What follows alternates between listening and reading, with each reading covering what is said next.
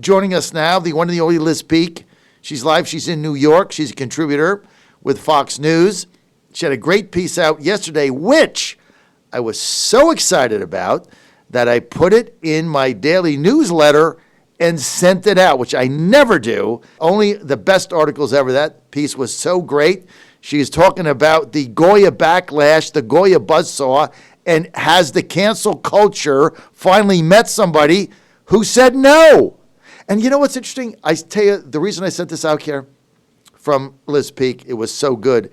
But it's my wife, Ann, who has been saying with this whole cancel culture, we just need somebody to stand up and say no. I'm saying no. She went out and she bought $30 worth of Goya food yesterday. We never eat Goya food.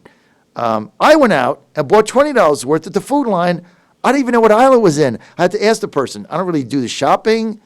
I don't go to Home Depot or Lowe's either. I can't hang a picture. So I go to Food Line. I'm saying, I want a boy Goya. They're like, what? Goya foods. So they send me the right aisle. $20. Well, actually, I spent $22.50. I don't even know what I put in there, but I just bought $22.50. So got like beans and stuff. Sounded good. Anyway, she's with us now, Liz Peek. Great to have you, Liz. Good morning. Thanks for having me on. I love your piece. Obviously, I sent it out. You got it. Let the Backlash Begin by Liz Peek. Liz, finally somebody stands up and says no, right? Well, and honestly, it's high time. I think, to me, the most offensive group in America right now is all the corporate CEOs and corporate bigwigs who are basically just caving in to the demands of the moment. A lot of these people are very afraid that they're going to be boycotted or smeared on social media. But to your point, I mean, the Goya guy, I really admire him. He worked with the Obama White House. He thought it was pretty reasonable to answer a call from Donald Trump, and he did. And he didn't apologize. I'm so sick of people apologizing. So anyway, yes, it turned out well. Democrats, liberals, of course, tried to start a boycott of Goya, and I just was looking at some pictures online of Goya selling out in certain stores because an awful lot of people on the right said, no, we're not going to let this happen. We're going to buy it for food banks, et cetera. And by the way, how offensive is it that AOC in the New York area dumps on this guy who is employing some 4,000 or 5,000 people in the New York area and donating thousands of pounds of food to food banks? What has she done for her constituents lately? Not much, in my view. So anyway, this was a sort of happy ending. But by the way, it's not the only sign that people are sick to death of the cancel culture. I think the polling shows us that. Polling is pretty effective at sort of detecting mood swings, and the mood of the country is moving away from endorsing the toppling of monuments, the rewriting of American history, et cetera. People are just getting sick and tired of it. I think so. And if you look at the number of sales now that have gone with Goya, people buying Goya like me I kind of knew what it was because, you'd pass it the house, been there forever, but I never really would buy anything because I don't normally, that's not what I do. But, Ann bought $30, I bought $22.50. I don't know what I'm going to do with it. I just bought it because I'm pissed, right? I'll probably eat it. But I'm just pissed off, and I'm tired of people telling me how to think, what to do, what to say, how to dress, what I can wear. But there is an intimidating culture. And when you start these social, and all these corporations that are giving money to, whether it be Black Lives Matter or something else, or changing the name of their football teams, they're all afraid. They're in fear. Right. They're living in fear of the cancel culture and their social media, and they don't want their companies to be redlined or boycotted. Exactly. So it's almost like extortion. Well, it is. And, by the way, that's gone on for a long time. You have people like Jesse Jackson who hit up companies for political donations, and they make no bones about it, that it is in exchange for being treated kindly by his followers. But this has really gone to an extreme now, obviously. And the really serious thing, Goya Foods is a great story. It's not a serious story. What's a serious story is the reopening of America's schools. And unfortunately, this same mentality that is sort of anti-Trump, progress, if you will, is also influencing really important decisions like whether or not our kids can go to school. This is something everybody needs to push back against. I am so unhappy about the idea that kids cannot go back to school in the New York area or California or many other states come fall, even though many countries have reopened their schools, apparently with no great tragedy ensuing. I think we can do it, but, the teachers' unions are now up in arms about it. It's offensive. I think we need to figure this out because kids are suffering. Sure, don't pay them. Well, that actually is a very good point. And, it does occur to me, if people working in grocery stores are essential workers, people working on the MTA or in hospitals are essential workers, why aren't teachers essential workers? Why don't they have the same sense of obligation? I don't know the answer to that. Well, the answer is because, look, the reason that schools are not opening or are on the verge of not opening is the unholy alliance here between the teachers' unions that wants the teachers to get paid for doing nothing. That's number one. And this is not a diss on good teachers out there. It's a diss on their unions, and the Democratic Party, which doesn't want if kids stay home from school, a lot of parents can't work. That's right. So the economy doesn't get the jobs numbers. That's number one. Number two, they can continue to stoke fear. No school means no high school athletics, no high school football, basketball, no high school baseball, no soccer in the fall, no cross country, which means people stay home. They get depressed. Kids can't practice. They can't play ball. Everybody's tied up. You're not going to vote for the incumbent president when things are depressing. Right. You're just not going to do it. You're miserable. That's exactly You're miserable. Right. I mean, if I'm miserable, I'm going to vote for change. I don't care who it is because I'm miserable. And that's what they want to do, make America miserable again, and then they win. And it's true. Yeah. That's about as profound a message as they have. And honestly, they're grateful for it because every time they let Joe Biden out of his basement and he makes some other kind of commentary on the economy or on the State of the Union, he ends up being trashed because it doesn't make any sense. So they'll just stick with let's make the country miserable and let's hate Donald Trump, and that's pretty much what they're running on. It's a sad state of affairs. It is, and that's why I'm happy to see, even frankly the letter published in Harper's Magazine by 153 so-called prominent intellectuals, many of whom we have heard of and who are very successful, saying, okay, this cancel culture has gone too far, it's suppression of speech. The Goya CEO used exactly that expression. It's suppression of free speech. People need to care about that. They need to care about the fact that you're no longer allowed to say what you think without having your entire reputation and possibly your job destroyed.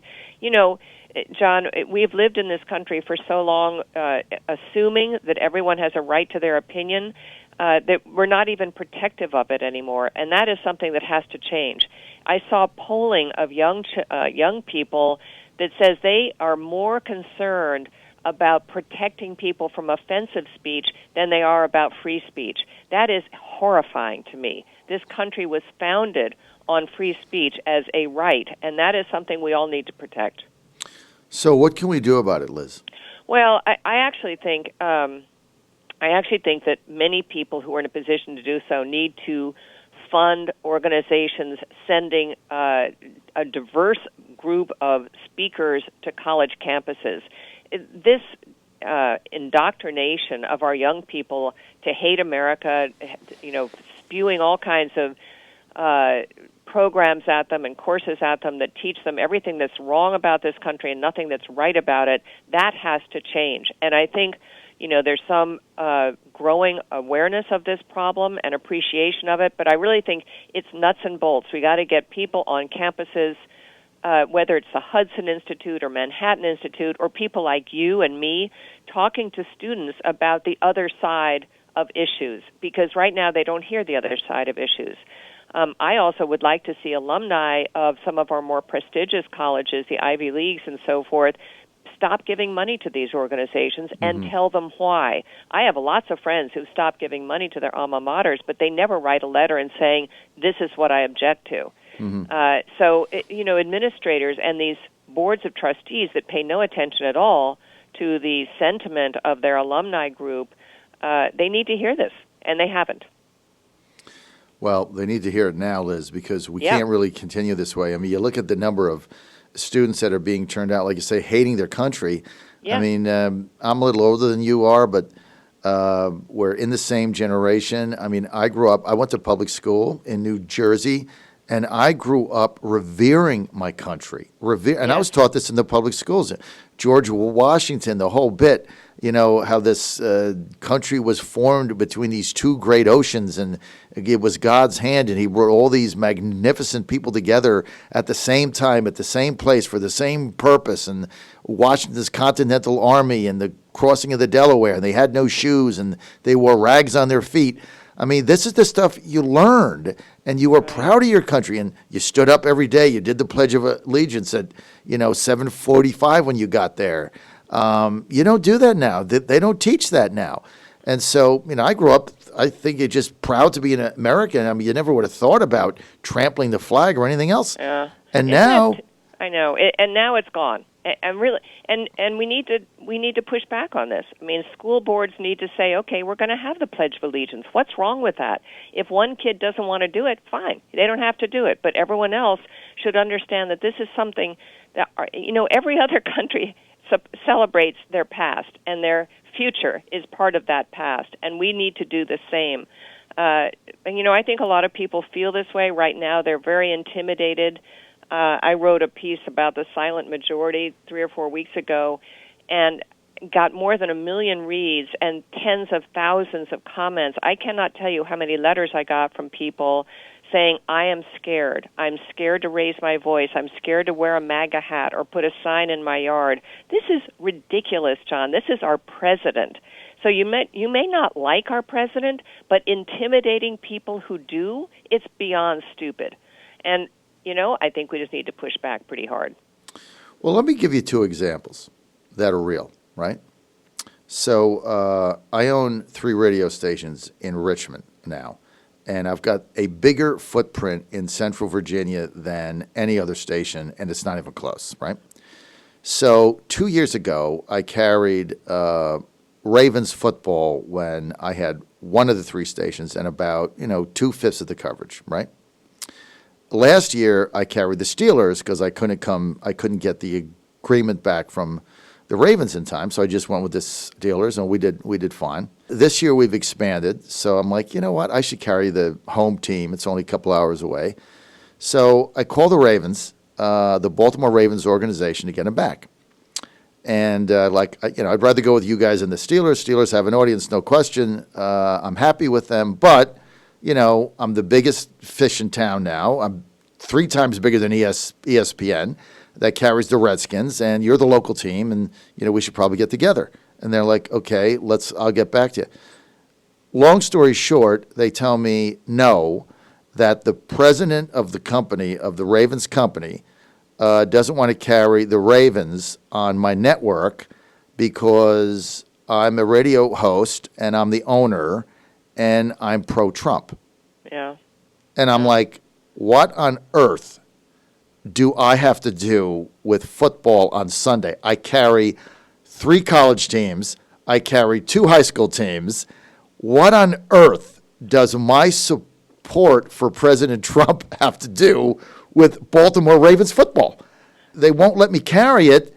So I guess if I was for Biden, I could carry it. Yeah. It's like, you have got to be kidding me.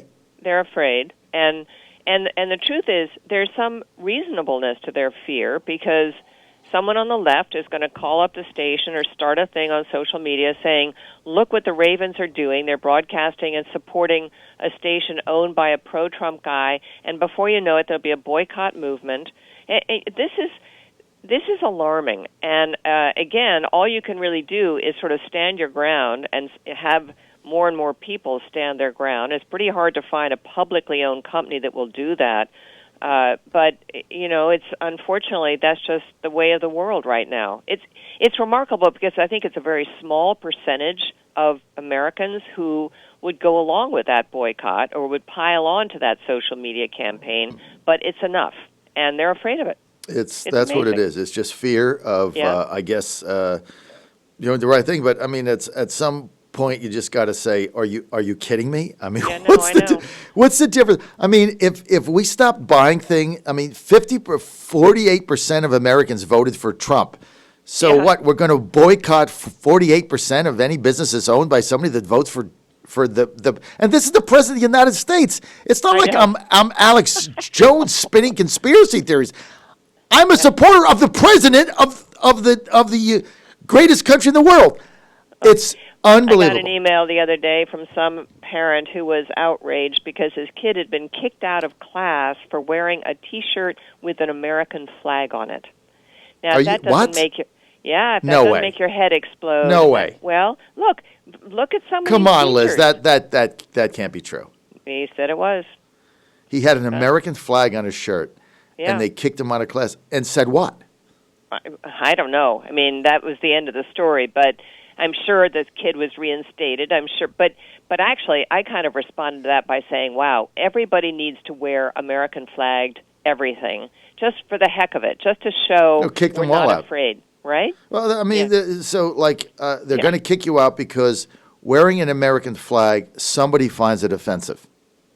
I find that offensive, therefore you have to leave. Not like I'm going to leave because I find it offensive and I'm just going to go hide at home or be a snowflake. But you have to leave because that is making me offensive. I don't know where this ends. Well, John, this is what's going on college campuses. You can't wear something or say something because it might offend someone. It used to be offend someone. Now that offense is considered physically harmful. I mean, people are so... I almost think it's...